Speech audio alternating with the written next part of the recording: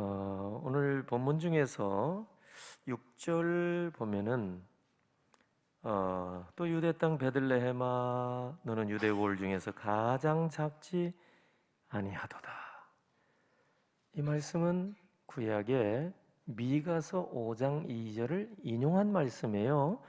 근데 미가서 5장 2절 보면 이렇게 나와 있어요. 베들레헴 에브라다야 너는 유다 족속 중에 작을지라도 이스라엘 다스릴 자가 네게서 내게로 나올 것이라 그의 근본은 상고에 영원에 있느니라. 이건 유대 땅 베들레헴 우리가 아는 대로 그렇게 생각하는데 미가서 5장 예언에 보면은 베들레헴 에브라다야 이렇게 나와 있단 말이에요. 이게 왜 그런가 알아보니까 이 베들레헴은 에브라다에 속한 성읍이었고, 근데 나중에 이 에브라다가 베들레헴으로 그냥 통합이 돼서 그냥 베들레헴으로 불려진 것이 아닌가. 되게 이제 그렇게 생각을 해요. 그러니까 송정동, 성동구, 성수동, 성동구 뭐 이런 거죠. 군자동, 광진구 뭐 이런 거죠. 그러니까 베들레헴 에브라다야 이렇게 이제 칭하는 것을 보면은 뭐 어떤 분은 같은 지역인데 옛날에는 에브라다, 나중에는 베들레헴인데 베들레헴이 에브라다에 속한 곳이었다가 나중에는 그냥 베들레헴으로 통합이 된 것이다. 뭐 이런 뭐 자세히는 모르지만 하여튼 같은 지역이 아닌가 우리가 그렇게 생각하면 됩니다. 그런데 인구나 또는 인구 통계, 사회적 어떤 환경이나 그런 통계를 볼 때에 이 베들레헴은 매우 작은 마을이었습니다. 소위 말해서 기대할 것이 별로 없어요. 그런데 하나님이 하시는 일을 보면 우리 인간의 기대와 예상을 뛰어넘어서 일할 때가 너무 많다는 거죠.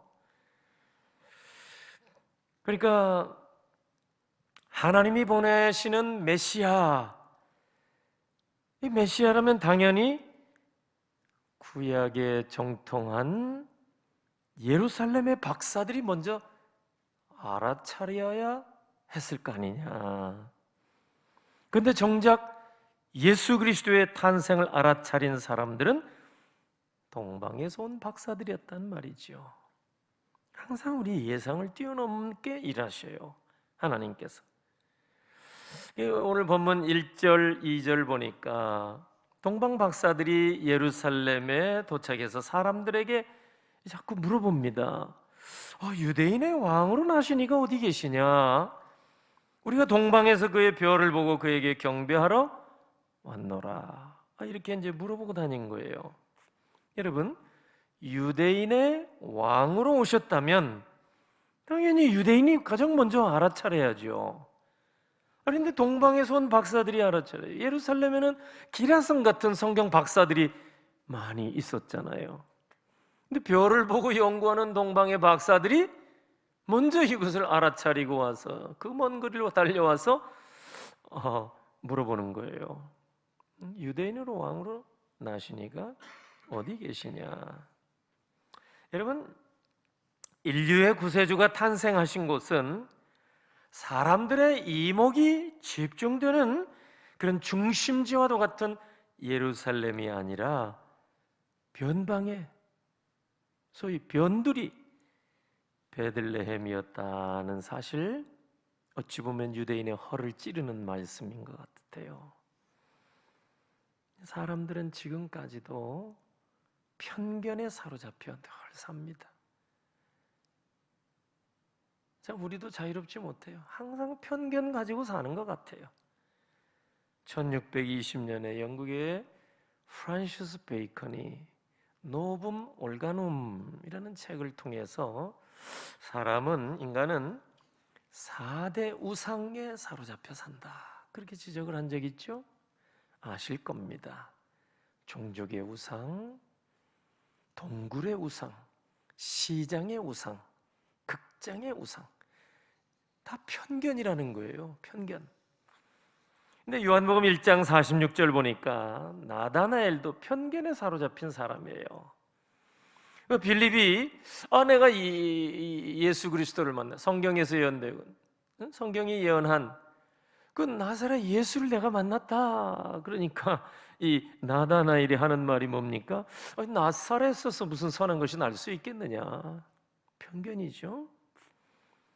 위대한 일은 예루살렘에서나 기대할 수 있다. 근데 무슨 나사렛에서 뭐 기대할 만한 것이 있겠느냐? 그런데 인류의 구세주로 오신 예수 그리스도께서는 사람들의 이목이 집중된 예루살렘이 아닌 가장 작은 고을 베들레헴에서 탄생하신 것입니다. 그런데 성경은요, 베들레헴을 결코 작은 고을이라 말하지 아니하십니다. 놀랍죠? 베들레헴이 작은 고을이라고 말하는 것은 사람들의 편견이란 거예요. 편견이에요. 물론 뭐 인구적으로 여러 가지 볼 때 작은 마을이 맞죠. 근데 성경은 그걸 편견으로 얘기하는 거예요. 왜 성경이 베들레헴을 작은 마을이라 말하지 아니하는가? 그 이유가 6절에 나오죠. 오늘 본문 6절에 또 유대 땅 베들레헴아 너는 유대 고을 중에서 가장 작지 아니하도다. 이유가 뭘까요?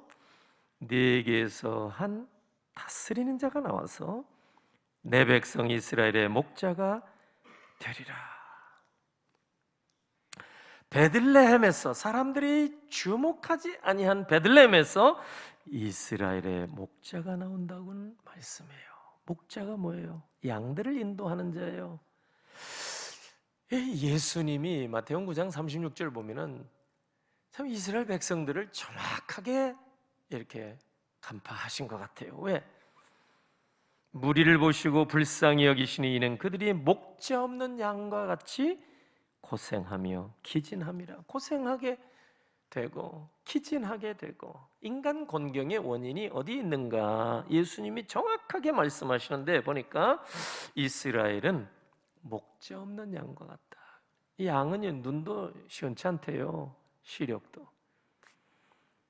이 양들은요, 내버려 두면 어디에 푸른 초장이 있고 어디에 잔잔한 물가 있는지 그것도 잘 찾아다니지 못한대요. 그러니까 항상 목자가 앞장서서 양들을 이끌어줘야, 인도해 가야 생존하는 거예요. 다른 짐승들은 그냥 먹는 거는 그냥 알아서 하잖아요. 그죠? 소나 돼지나 이런 뭐 다 알아서 하는 거예요. 그런데 이 양은 그렇지 못하다는 거예요. 그 시력도 나쁘지만 그저 먹이도 스스로 찾아 먹을 수가 없는 존재, 물도 마시는 어디 가야 할지 모르는 존재, 목자 없으면 죽는 거예요. 그러니까 정확하게 예수님이 간파하신 거죠. 참 불쌍하다. 왜? 이스라엘이 꼭 양과 같다 그 말이에요. 목자 없는 양이니까 우왕좌왕하는 거예요.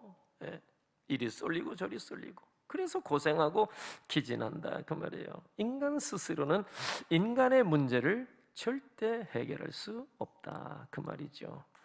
그럼에도 불구하고 여전히 인간은 할 수 있다.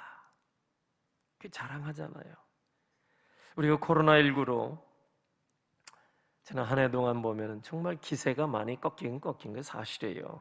그러나 여전히 희망을 가지고 있잖아요. 백신도 개발됐고 치료제도 나왔고 나올 것이고 기대가 있는 거예요. 여전히 상황은 이렇게 엄중해도요. 그래도 기대는 하고 있잖아요. 근데 하나님께서 이렇게 하시는 걸 보면은 이쯤 되면 우리 인생들이 좀 손 벌쩍 들고 하나님 앞에 무릎을 꿇어야 하는 게 아닌가 싶어요. 이 정도 되면은 하나님 앞에 절대적으로 나와서 정말 살 길은 하나님에는 없다, 이렇게 다 고백해야 이게 옳은데, 보세요. 10년 걸려야 만들까 말까 하는 백신을 우리는 1년 만에 만들어냈다, 자랑하잖아요. 그러니까 하나님 앞에 나올 생각을 하지 않는 거예요. 우리 믿음의 사람들도 잘못하면 세상의 시류에 그냥 빨려 들어가서 따라 들어가가지고 우리도 그냥 알지 모르는 사이에 교만에 빠질까 매우 염려스럽습니다. 얼마든지 우리 극복할 수 있다. 섣부른 희망 노래를 부르는 것은 하나님 앞에 이런 별로 아름다운 모습은 아닙니다. 희망을 갖지 말자는 얘기는 아닌데, 이 하나님이 아니면 안 된다는 것을 깨우쳐 주는 거예요. 하나님이 우리에게 지혜 주시고 또 머리를 주셨기 때문에 연구해서 할 수는 있겠지만은, 하나님이 지금 우리에게 깨닫게 하시는 것이 분명히 있을 거 아닙니까? 교만을 버리고 겸손하게 하나님 앞에 나오라. 하나님은 너무 넓으신 분이기 때문에 우리를 그냥 막 다 죽이려고 하는 게 그게 아니니까, 살 길이 또 우리가 노력해서 뭐 이렇게 나타나기도 하는 거죠. 근데 인간의 한없는 교만을 우리가 보게 되는 거예요. 요한복음 14장 6절 보면 예수께서 이르시되 내가 곧 길이요 진리요 생명이니 나로 말미암지 않고는 아버지께로 올 자가 없느니라. 아예 선언하신 거예요.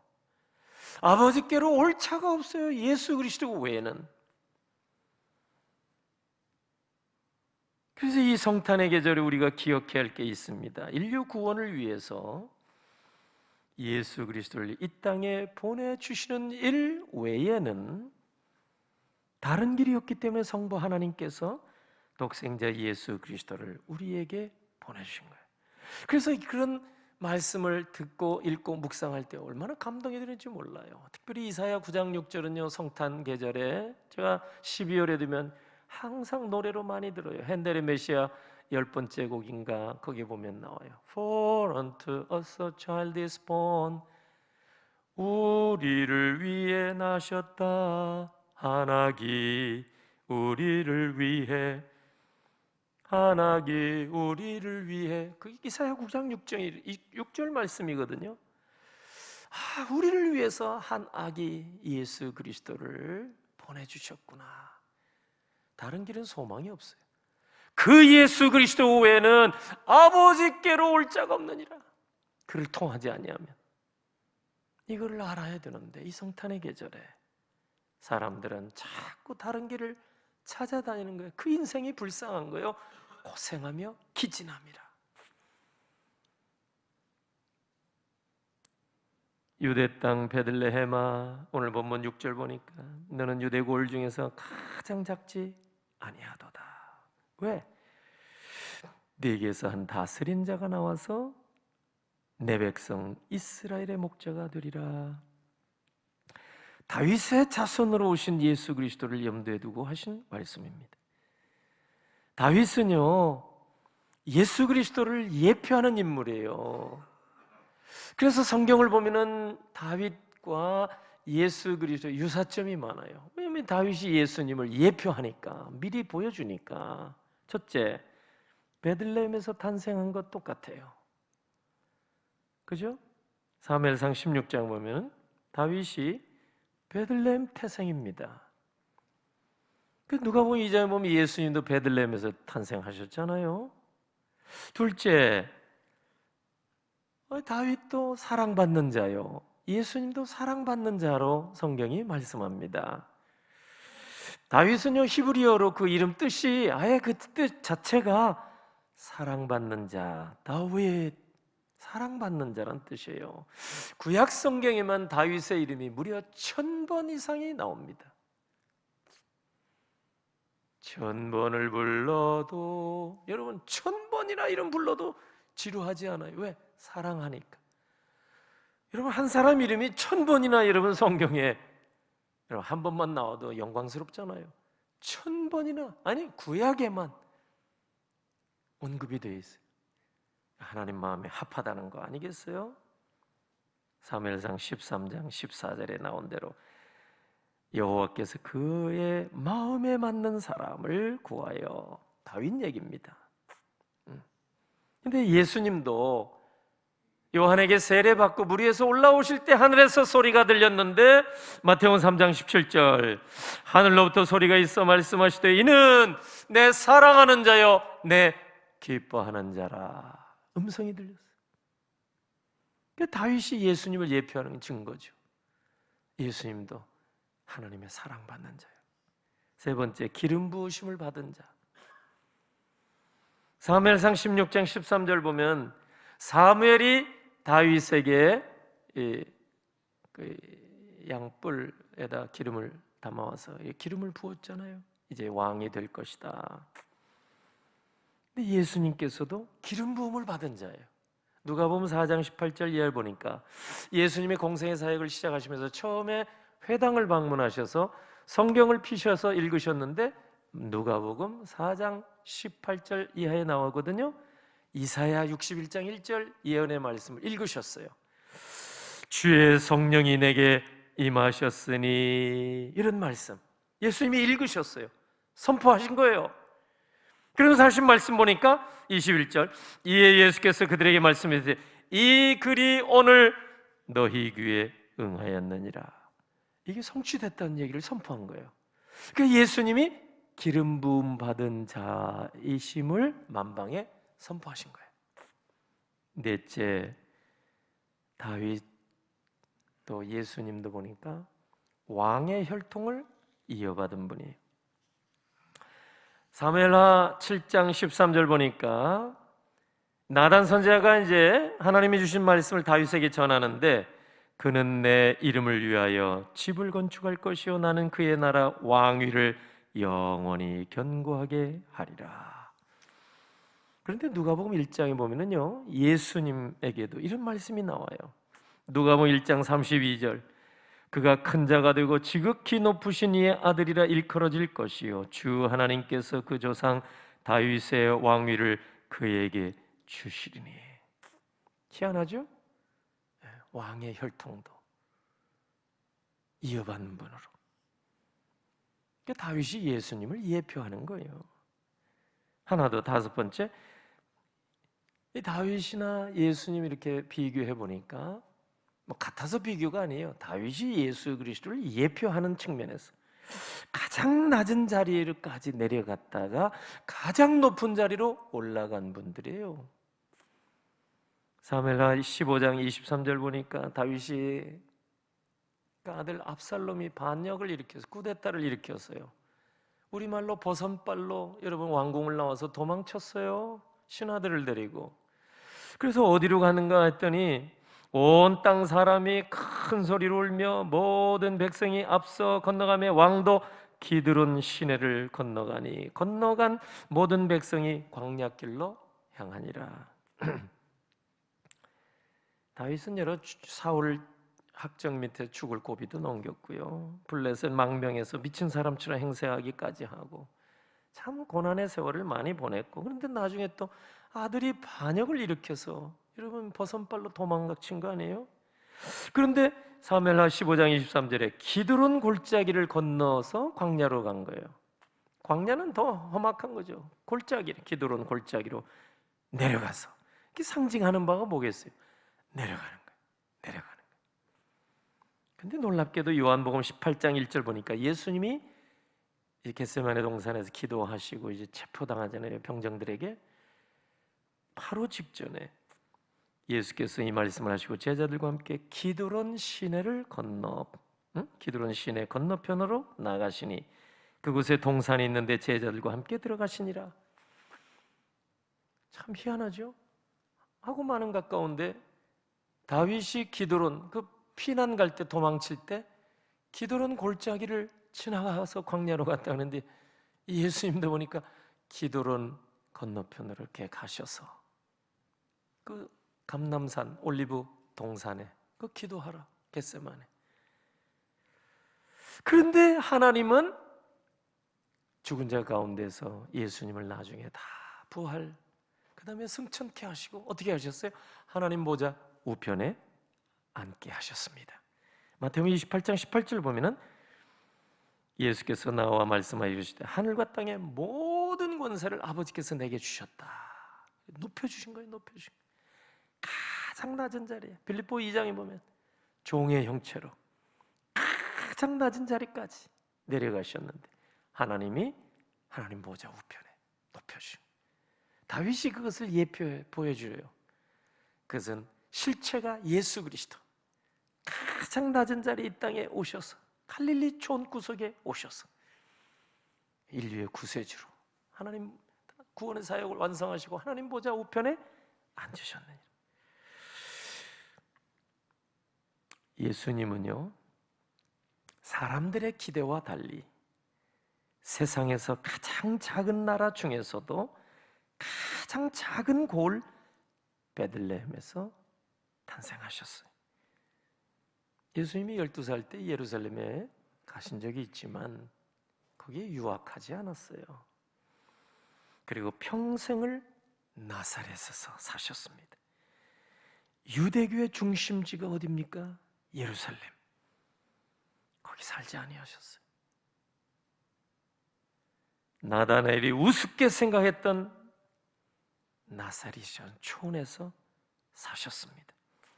우리의 기대와는 사뭇 다른 모습이 아닐 수가 없습니다.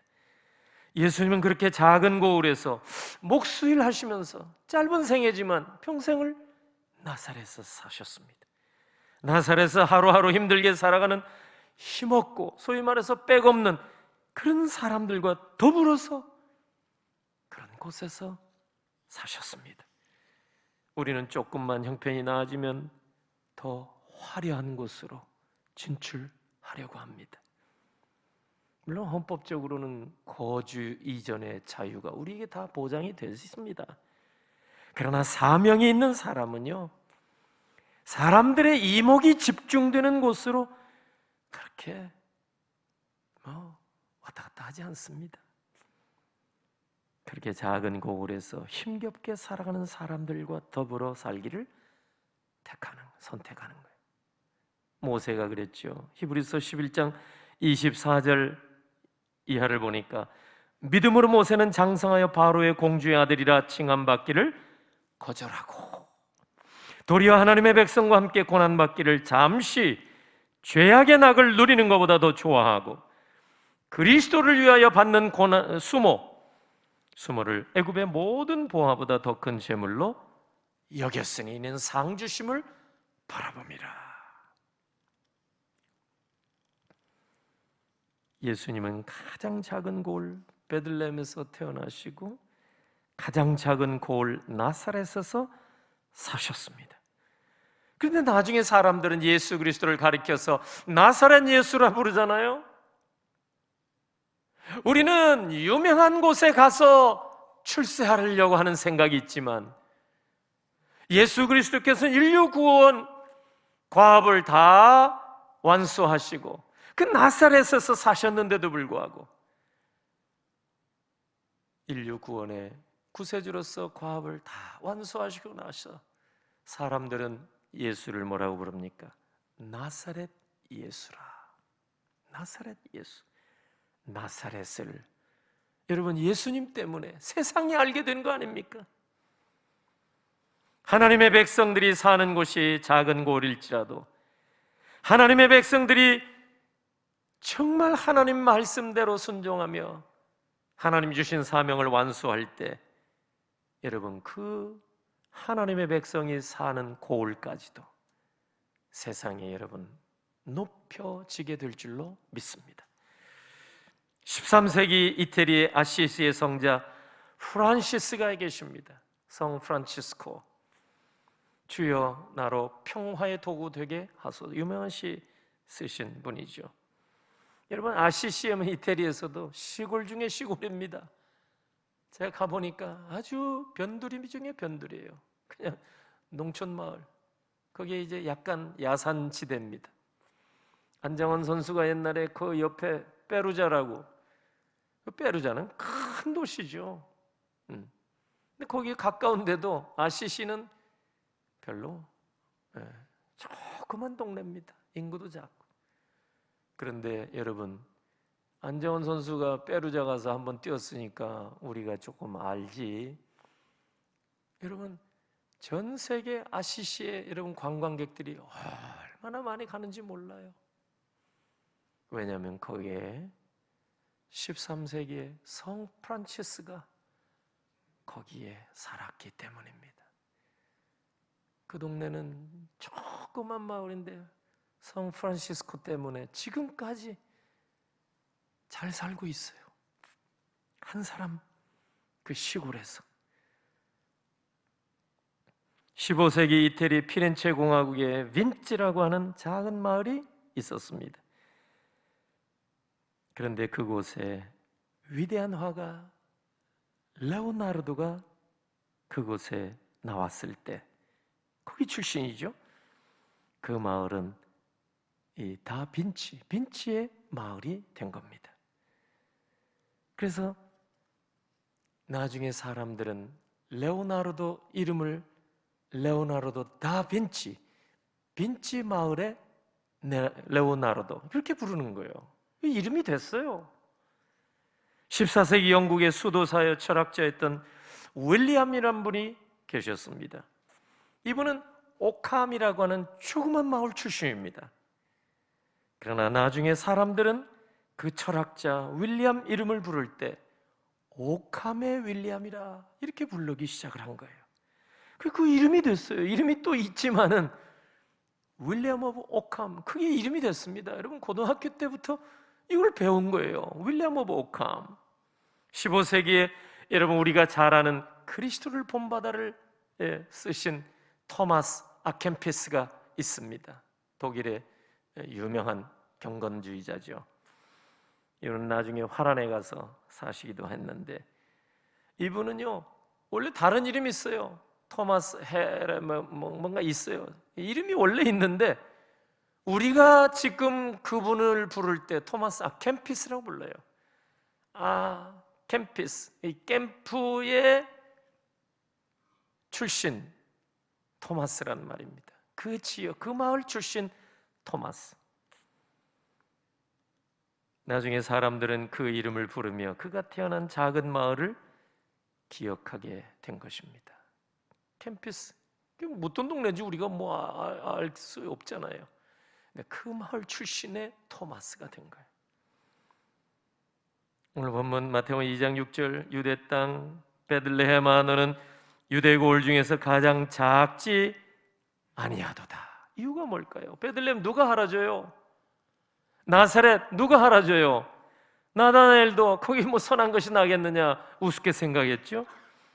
그런데 네게서 베들레헴에서 한 다스린 자가 나와서 내 백성 이스라엘의 목자가 되리라. 위대한 구세주의 탄생이 나사렛, 이 베들레헴, 작은 고을. 성경은 그래서 결코 베들레헴은 작은 고을이 아니라고 말씀하신 것입니다. 오늘 이 아침 이 말씀 우리도 마음에 담고, 오늘 우리의 삶의 자리가 비록 초라할지라도 베들레헴으로 오신 메시아 예수 그리스도를 바라보시고 소망의 끈을 놓지 마시고, 오늘 아무리 우리의 삶의 자리가 초라하고 비루해 보일지라도 낙심하지 말고 소망의 끈을 놓지 마시고 끝까지 살아가셔서 나사렛 예수, 바로 베들레헴이 그렇게 되고 나사렛이 그렇게 여러분 아름답게 두고두고 지금까지 온 세상 사람들에게 알려진 마을이 된 것처럼, 오늘 주의 백성들이 사는 곳이 바로 하나님의 영광의 처소가 되는, 우리 교회가 하나님의 영광의 무한 처소가 되는 놀라운 역사가 일어나게 되기를 예수님의 이름으로 축원합니다. 아멘. 기도합니다. 할렐루야. 하나님 고맙고 감사합니다. 성탄주일인데 이 엄중한 상황 속에서 우리는 온라인으로 예배할지라도 하나님은 각 처소의 예배자들을 돌아봐 주시고 같은 은혜로 채워주심을 믿고 감사를 드립니다. 주신 말씀 마음에 담게 하시고, 비록 우리가 세상이 알아주지 아니하는 그런 작은 곳에 숨죽이며 살아갈지라도 하나님께서 주신 그 믿음의 사명들을 완수할 때 우리로 인하여서 우리 지역까지, 우리 교회가, 우리 가정이 큰 영광 하나님 앞에 돌리고 세상에 칭찬을 받고 초대교회 성도처럼 백성들에게 칭송받는 믿음의 자녀들이 다 되게 하옵소서. 정성 어린 예물을 이 시간 바칩니다. 또 결혼기념일 또 맞이하여서 하나님 앞에 강단 아름다운 꽃 올립니다. 두 가정 하나님 기억하사 평생 아버지 하나님께서 지키신 놀라운 하나님 아버지, 이후로도 아버지 하나님 가정 하나님이신 은혜와 분복이 넘치게 하셔서 평생 가정의 기쁨과 감사가 넘치게 하옵소서. 구별된 예물 하나님 앞에 올립니다. 감사, 또 약속 믿고 올리는 예물 10의 1조 하나님 각 처소에서 온라인으로 예물을 드리며 또 현장에 예물을 드리오니 다 하나님 기뻐받아 주시고 손길들 위에 예비하신 은혜와 복으로 채워 주시옵소서. 환난과 어려움과 곤고함 속에 아버지 하나님 바라보는 심령들마다 새 힘을 받게 하셔서 낙심하거나 뒤로 물러나 침륜에 빠지지 아니하고 믿음의 경주 담대하게 달려가게 하시옵소서. 축복하옵고 예수님의 이름으로 기도하옵나이다. 아멘.